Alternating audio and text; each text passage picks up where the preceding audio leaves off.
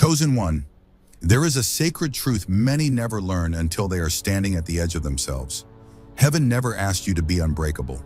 You were never created to carry the world on your back while silently drowning beneath the weight of expectations, responsibilities, and silent emotional battles. True strength was always meant to breathe life into you, not drain it out of you. Real resilience was meant to anchor you, not chain you to suffering.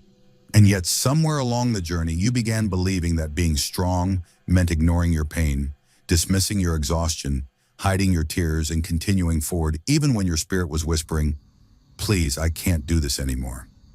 Have you ever wondered why you kept pushing long after your soul was begging for rest?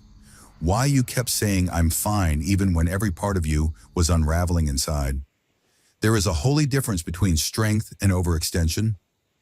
And chosen one, you were crossing that sacred line without realizing it. Strength is when your courage and your spirit work together. Overextension is when your body keeps moving while your soul is left behind. Strength is rooted in purpose, alignment, faith, and inner peace. Overextension is fueled by fear, pressure, obligation, and the silent terror of disappointing others. One empowers you, the other slowly empties you. One lights your spirit, the other dims it until you forget what joy even feels like. Can you feel the truth in that? Can you remember the version of yourself that was operating, surviving, functioning, but not truly living anymore? You learned to endure pain instead of healing it. You learned to carry storms instead of seeking shelter. You were praised for holding everything together, even while you were quietly falling apart. People admired your strength, but they never saw the cost of it. They didn't see the nights you couldn't sleep because your mind wouldn't stop fighting. They didn't see the tears you wiped away before anyone could notice. They didn't see how your soul was slowly suffocating under a life that demanded everything and offered peace to no one, especially not you. Tell me, chosen one, have you ever felt like you were disappearing beneath the strength everyone applauded you for? Heaven watched you fight through things you never spoke about. The divine saw how you refused to collapse, even when collapsing would have been the most human, most honest, most necessary thing to do. The universe saw the way you kept loving, giving, showing up, sacrificing, and enduring, even when your spirit was whispering for mercy. You weren't weak. You weren't failing. You were simply running out of pieces of yourself to keep handing away. And the truth is, you should never have had to break for anyone to see that you were hurting. Chosen one, the difference between strength and overextension is sacred. Strength honors your soul. Overextension betrays it. Strength aligns you with purpose. Overextension drags you away from it. Strength allows you to stand tall. Overextension eventually forces you to fall. And if you felt like life took a sudden turn, if it felt like something larger than you stepped in and interrupted the path you were on, maybe it wasn't punishment. Maybe it was divine protection. Maybe heaven said, "Enough. This warrior has carried too much for too long." So ask yourself, were you really being strong? Or were you slowly disappearing behind the mask of strength the world demanded from you? Your journey forward isn't about proving how much you can endure anymore. It's about finally honoring the sacred responsibility you have to your own soul. This is where healing begins. This is where strength becomes holy again. Chosen one, before collapse ever arrives with a roar, it always begins as a whisper. Long before life shatters, the soul tries to warn you. It doesn't scream at first. It speaks softly, gently, almost invisibly. It shows up as the tired smile you force in front of people so they won't worry. It hides inside those silent sighs when no one is watching. It lives in the heaviness you carry in your chest for reasons you can't explain. Did you ever feel that weight? Did you ever sense something was wrong, but you kept telling yourself, "I'm just tired," when in reality your spirit was quietly fading? There were moments where laughter didn't feel like laughter anymore. You were smiling, but you weren't actually present inside that smile. There were days when everything looked normal on the outside, yet inside there was a storm of emotions you were too exhausted to fight. Emotional exhaustion isn't loud, chosen one. It doesn't always come with breakdowns and tears. It often arrives disguised as numbness. You stopped reacting. You stopped feeling deeply. Not because you didn't care, but because your heart was running on empty. Have you ever felt yourself drifting like that? Alive, but not fully living? Then came the spiritual silence. You didn't feel inspired the way you once did. The fire you used to feel, that inner spark, that connection to something greater, it began to dim. Prayers felt heavy. Hope felt distant. Your mind kept functioning, but your spirit was quietly shutting down. And yet you kept going. You pushed forward. You showed up.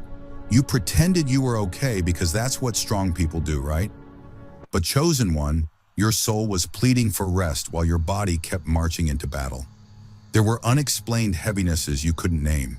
Waking up felt harder. Simple tasks felt heavier. You weren't lazy.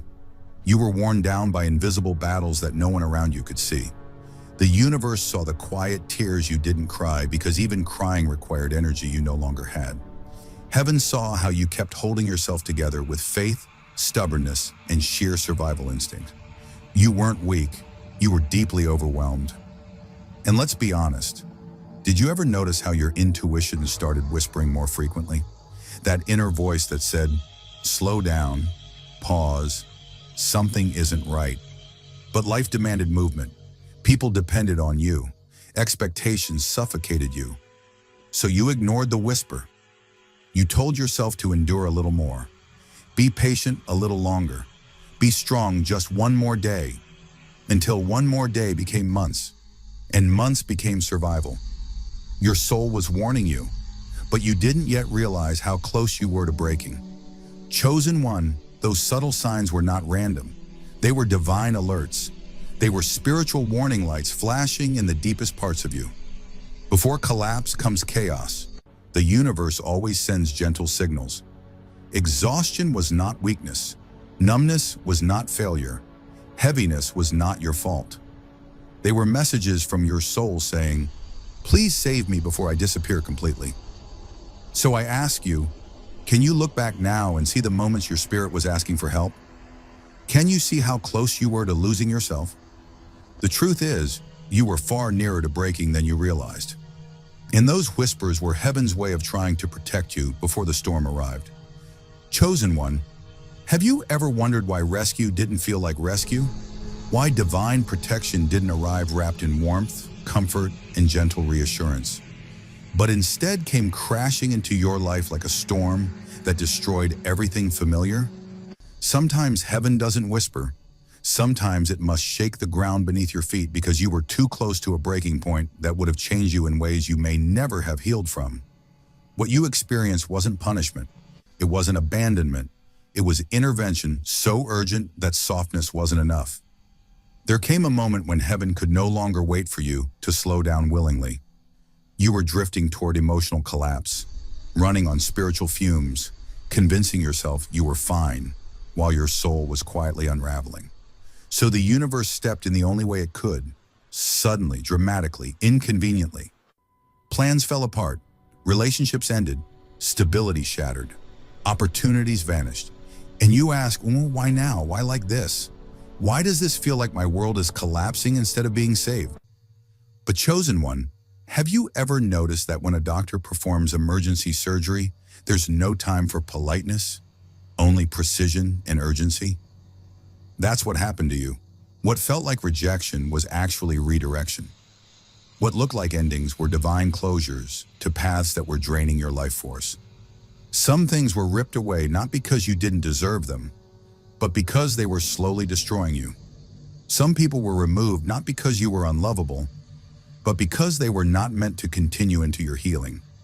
Do you see it now? The chaos wasn't chaos. It was rescue dressed as disruption. Divine intervention rarely matches human preference. We want gentle guidance. Heaven sometimes must deliver spiritual shockwaves. You would have stayed. You would have tolerated. You would have sacrificed yourself quietly until nothing was left. So instead of letting you drown beautifully, the universe created a storm that forced you to release everything that was sinking you. And yes, it hurt. Yes, it felt unfair. Yes, it felt like everything was being taken. But chosen one, have you ever realized something had to break? and it couldn't be you. The interruption came because your destiny was still needed. Your purpose was still breathing. Your heart still had chapters to live. So life had to interrupt your collapse before you reached a point of no return.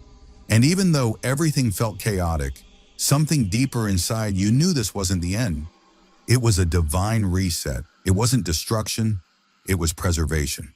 So let me ask you gently, can you look back now and see where protection was hiding inside the disruption? Can you see how heaven moved urgently because your spirit mattered too much to lose? One day, chosen one, you will thank the very chaos you once feared. Because you will realize it didn't ruin you, it saved you. Chosen one, there came a moment when your spirit could no longer pretend to be strong. A moment when the weight became too heavy, the silence too loud, the ache too deep to ignore. You reached that place where your mind couldn't keep pushing forward and your heart couldn't keep carrying what it was never meant to hold. And maybe you judged yourself for it. Maybe you thought, why am I like this? Why couldn't I handle it? Why did I fall apart? But listen carefully. That collapse was not your failure. It was divine timing. There are seasons where your soul is screaming, but you keep smiling. Where your inner child is trembling, but you keep saying, I'm okay.